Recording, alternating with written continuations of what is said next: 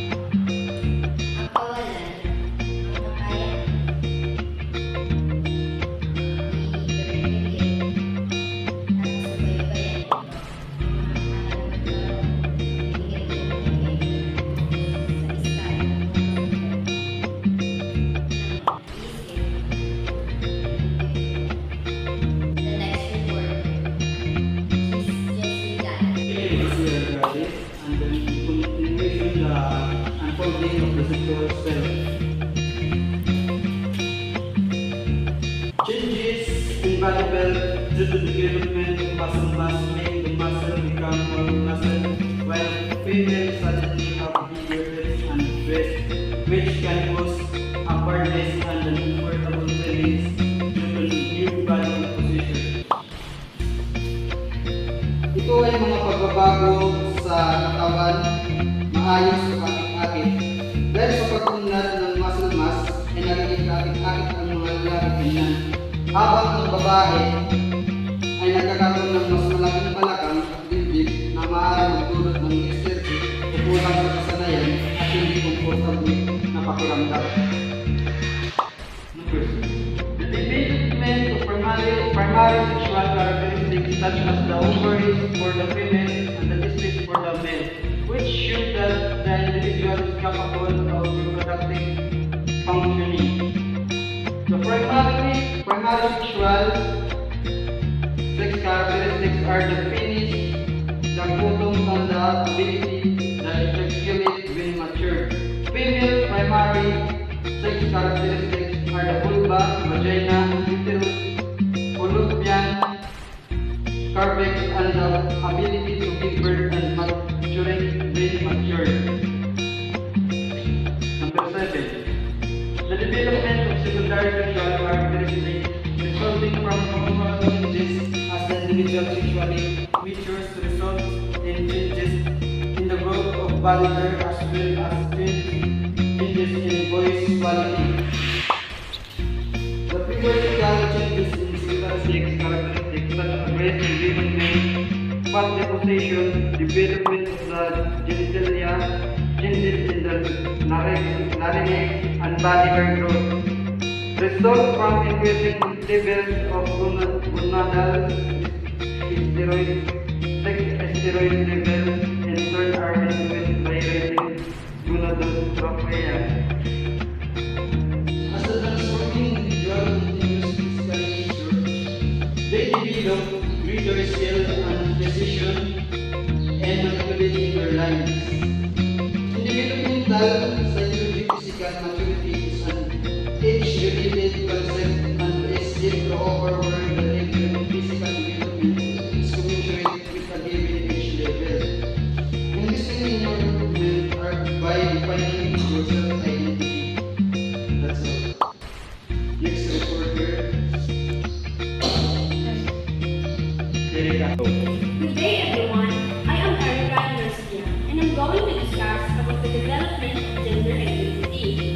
Relevant to the acquisition of identity is to develop a gender identity. This refers primarily to one's decision to be masculine, feminine, or both. In other terms, ang pag-unlad ng identidad sa kasarian ay isang mahalagang bahagi sa pagbubuo ng konsepto ng sarili sa isang tao.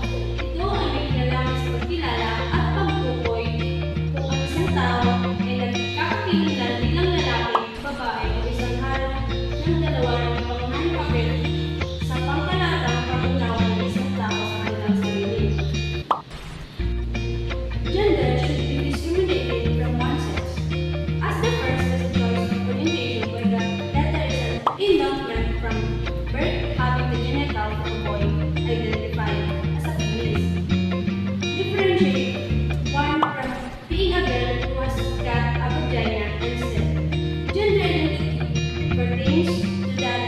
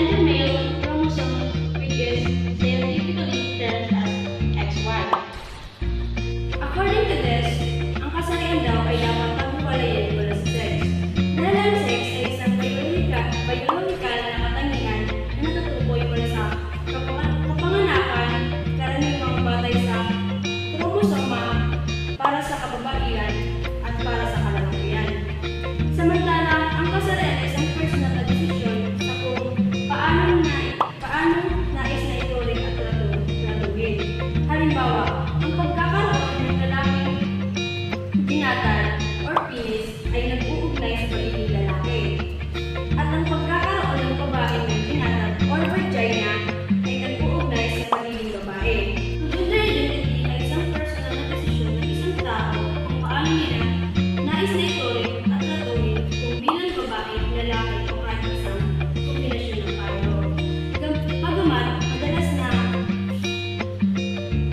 magkapalitan ginagamit ang kasarian at kalikasan, may magkaibang kahulugan ang mga ito at may magkaibang katangian. Gender, on the other hand, which is sociological, the concept largely pertains to the humanity or masculinity of individuals, as it has certain social roles and cultural expectations determined by social norms. We move to figure out one's role in the society and in the community. It shows the direction towards the attainment of the gender identity corresponding to the interests, predisposition, and values of the individual. Each decision takes a certain position in the mind of gender and structure and expectation provides a sense of security and satisfaction on the individual for trying out life goals. Sabi daw, ang kasarian ay may isang konsepto sa sosyolohiya ay lumalampas sa biolohiya at sumasaklaw sa mga papel at asal na kaugnay ng pagiging babae o lalaki na naapektuhan ng mga inaasal mula sa lipunan.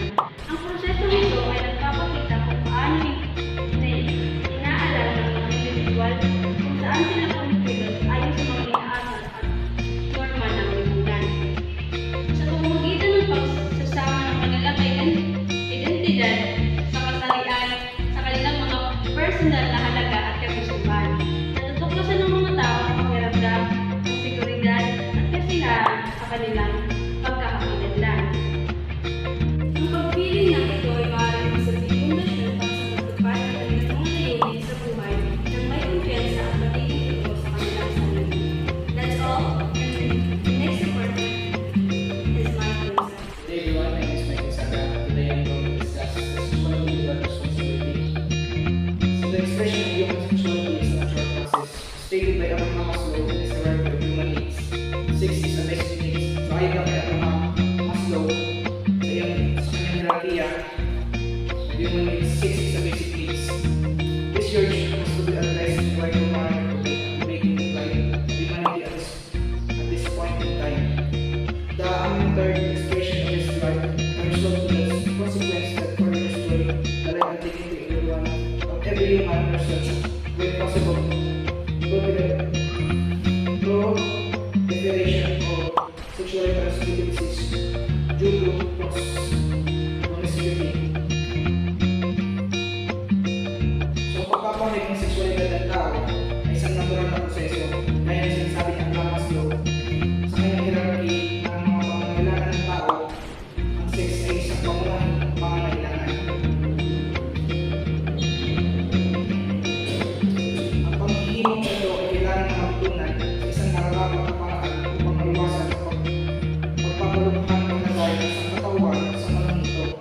Ang hindi sinasubaybay ang pagpapahid ng drive na ito ay maaaring makonsulta sa pagkahinan ng mga higit pagsirala ng buhay at utilidad ng bawat tao at posibleng magpaglalaan ng mga sakit na nakukuha sa pagiging tayo dahil sa kakayanin.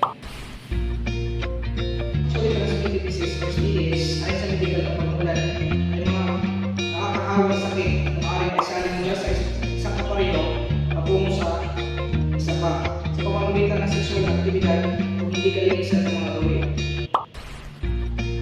Ang STD na kadalasan sa ng bakterya, yeast, at parasito ay maaaring magaling ng antibiotic at iba't ibang pangungyo ng mga gamot. Gayunpaman, ang mga STD na dulot ng virus sa ngayon ay hindi pa nakakahanap ng mga lunas. Kumulang dalawang puri ng mga sakit na nalilipat sa pagiging pagtali ng panghihirap sa ibang tao na naman ang katayon sa sosyo-ekonomiko, uli ng balat at paniniwala. STDs caused by bacteria, the canthroid or the Haemophilus gastriae, chlamydia, or the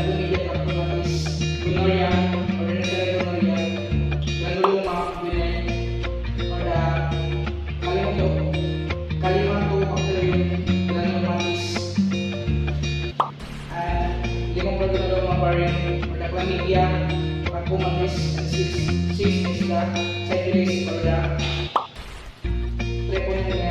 What does the meaning of cancer?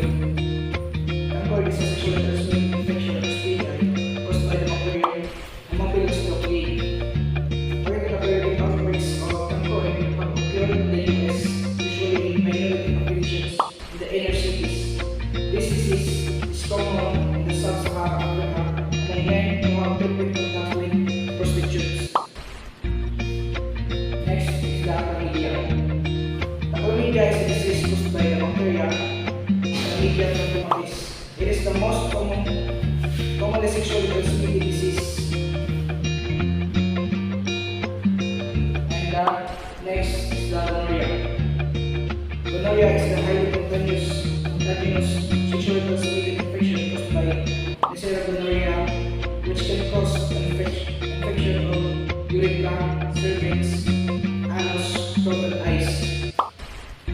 Rarely, gonorrhea can affect the bloodstream and cause fever, joint pain, and skin lesions. It can be pwede din ito makapekto na both males and females. The bacteria are mainly found in discharge from the penis and vaginal fluid from affected men and women. Next is the granuloma inguinale. Granuloma inguinale is a sexually transmitted or the venereal disease. It is a bacterial infection that affects skin and mucous membranes of the anal and genital areas. Its name is derived from granuloma, a medical term for a mass of growth and granulation tissues. Is a Latin word that means the growing. Granulation tissues is tissues formed during wound healing that is rich in capillaries and has a rough, lumpy surface. And then the next is the Leptogranuloma venereum or the chlamydia.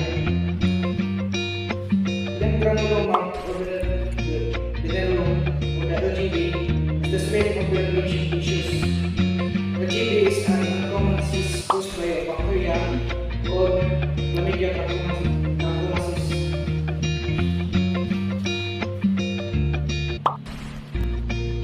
STD is caused by protozoan, the trachomatis or the Trachomonas vaginalis. So STDs, there are two kinds of STDs caused by fungi, the Jack H and the yeast of infections.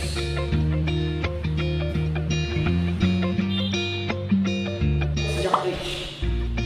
Jack H, which is also referred to as Teniacosis by medical professionals, can be best defined as a common fungal infection that can cause one or more itching when rashes on the skin. The second is yeast infections. Yeast infections, ano siya sa vaginal? A vaginal yeast infection is a fungal infection that causes irritation, discharge, intense itchiness of the vagina and vulva. The tissues of the vaginal opening, also called vaginal candidiasis, vaginal yeast infection, affects up to 3 out of 4 women at some point in their lifetimes. So STD is caused by parasites, the ubiquitous or virus, vaginal scabies, and then the scabies, sarcoidosis, scabies. So, of how to prevent a sexually transmitted disease. So, avoiding unregulated sexual contact and preventing the practices of promiscuity is the best way to prevent STDs. So, ang pag-iwas daw sa hindi kinukontrol ng pakikipagtalik at pagpipigil sa pagsasagawa ng patayan ay pinakamahusay na paraan upang maiwasan ng STDs. However, deciding to prevent STDs can be carried out by adapting the practices and habits below if one is sexually active. So, gayon pa man daw, pagpapa siya napigilan ng mga STD ay maaaring isagawa sa pamamagitan ng pagpapatibay bagay at gawin sa ibaba kung ang isa ay aktibo sa pagiging pagtali. So first, give ang monogamous na relationship. So panatilihin ang isang monogamous na relasyon. Mahalaga manatili sa isang relasyon sa isang tao lang ang kapareha, katapatan at katapatan ay mahalagang papel sa pagpapaman. Number one, keep ang monogamous relationship. So it is important to stay in a relationship with only one person or partner. Faithfulness and sincerity play a vital role in the maintenance of healthy sexual life among adults. So mahalagang manatili sa isang relasyon sa isang tao lang ang kapareha. Ang katapatan ay katapatan. May mahalagang papel sa pagpapanatili ng isang malusog na sexual na buhay na nasa hustong gulang. Pangalawa, practice abstinence o magsanay ng pag-iwas. It is important that every person has a sexual drive or sexual urge. However, unlike the need for food, water, and air can be postponed for future gratifications, the same can actually result in a more responsible practice of utilization of the gift of reproduction. Ito ay may katotohanan na ang bawat tao ay may sexual drive, sexual na pagnanasa at may paman, hindi katulad ng pangangailangan para sa pagkain, tubig at hangin, maaaring ipagpaliban para sa kasiyahan at kinakaroon. Pareho, ay walang magsulpa sa isang responsable magsasanay at paggamit ng regalo ng pagpaparami. Maging tapat or be committed. Do not engage in sexual activity unless you are in a relationship with responsibility and a sense of commitment. So huwag makikisali sa sexual aktibidad maliban kung gawin na sa isang relasyon na may responsibilidad at isang pakiramdam ng pangako. Number 4, use cautions. Since it is somehow inevitable for some person to engage in the sexual activity, it is therefore necessary to use measures to prevent being affected by sexual transmitted disease.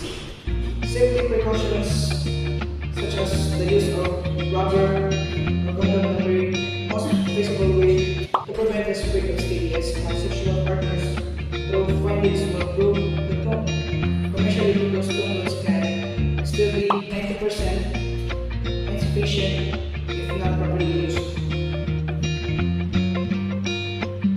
So dahil paano ay hindi maiwasan para sa ilang mga tao na makasali sa sexual activity. Sa mga tuwing, kinakailangan na gumamit ng mga hakbang upang maiwasan sa paglusad ng mga sakit na kumukuha sa pagpapagdali. Ang pag-iingat sa kaligtasan tulad ng paggamit ng goma o kondom ay maaaring ang magagawa ng paraan upang maiwasan ng pagkalat ng STD sa mga sosyal sexual dahil nang matuklasan ay magpapatunay na ang mga kondom na ginagawa sa komisyon ay maaaring pa rin maging 90% na hindi epektibo kung hindi maayos na ginagamit. Panglima, undergo regular medical check-ups in order to prevent the transmission of sexually transmitted disease. Every individual, especially those engaged in active sexual activities, should undergo regular medical check-up to maintain good reproductive health. So, undergo daw, sumailalim sa regular na kita ng pagsusuri upang maiwasan ang pagkahagod ng mga sakit na nakakuha sa pagkakatali. Ang bawat individual, lalo na ang mga nagkibahagi sa aktibong sexual na aktibidad, ay dapat sumailalim sa isang regular na medical na pagsusuri upang mapanatili ang makabuting kalusugan sa ekonomibo. 6. Be knowledgeable about the causes and effect of prevention of STDs. Maging may kaalaman tungkol sa mga sanhi, epekto at pag-iwas sa mga STDs. So it pays to be aware of STDs, their causes, transfer and prevention to ensure that handling identification of the sexual drive demands the alleged understand of one's responsibility to each partner. It is not enough that human is satisfied as very person is liable for his or her own act as we have the free will to decide on our fate in life. So kapag